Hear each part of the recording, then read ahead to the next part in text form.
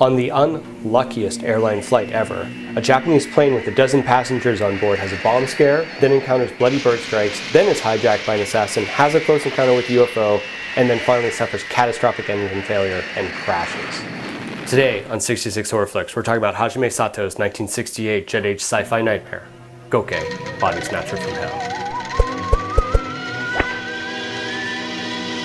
It's hard to overstate just how wonderfully weird this film is, and frankly it's a little difficult to describe to anyone who hasn't seen it.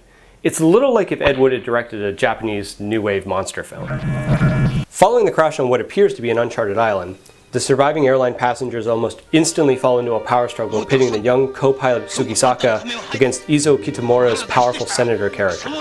There's also a sinister psychiatrist, a sycophantic military contractor, an American soldier's widow, and a character that claims to be a space biologist. Not sure that's a real thing.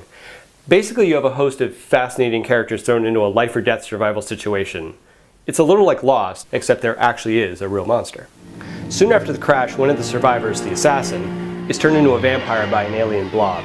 As he preys upon the other survivors one by one, pretty much everyone turns on each other, so we really see the worst side of people, and I think that's a concept that's core to the movie's point. In fact, the phrase, "you call yourself a human being," is repeated several times between characters who are, in fact, at that point still human beings. So the film is really questioning what it is that makes us human, and how little does it take to make us forget that fact. Goke makes a serious nihilistic argument that maybe the human race is in fact not worth saving. I think it helps to remember that Goke, Body Snatcher from Hell came out in 1968, which saw the escalation of America's war in Vietnam, as well as the height of the anti-war peace movement in the US.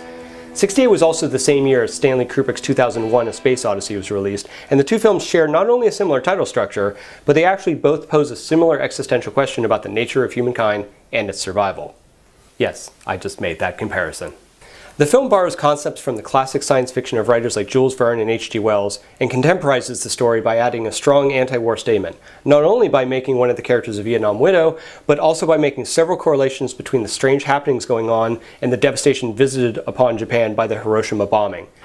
After death, the characters who've been taken over by the space parasite are even reduced to ashes, and there's a powerful parallel there. The phrase, "it's so bad it's good," gets thrown around a lot when we're talking about these retro/grindhouse genres. But I have to say, I don't think this film is actually bad.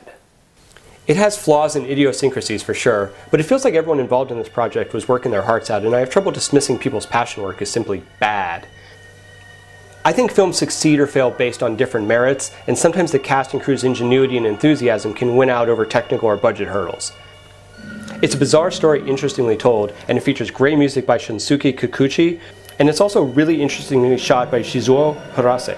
Clever plot twists, hypnotic special effects that transcend realism, and these stark red saturated stills from the Vietnam conflict that are interspersed throughout sometimes make this film seem more like a 60s pop art piece than a monster movie, and that's why it's on this list. I'm Jim Towns, and you're watching 66 Horror Flix.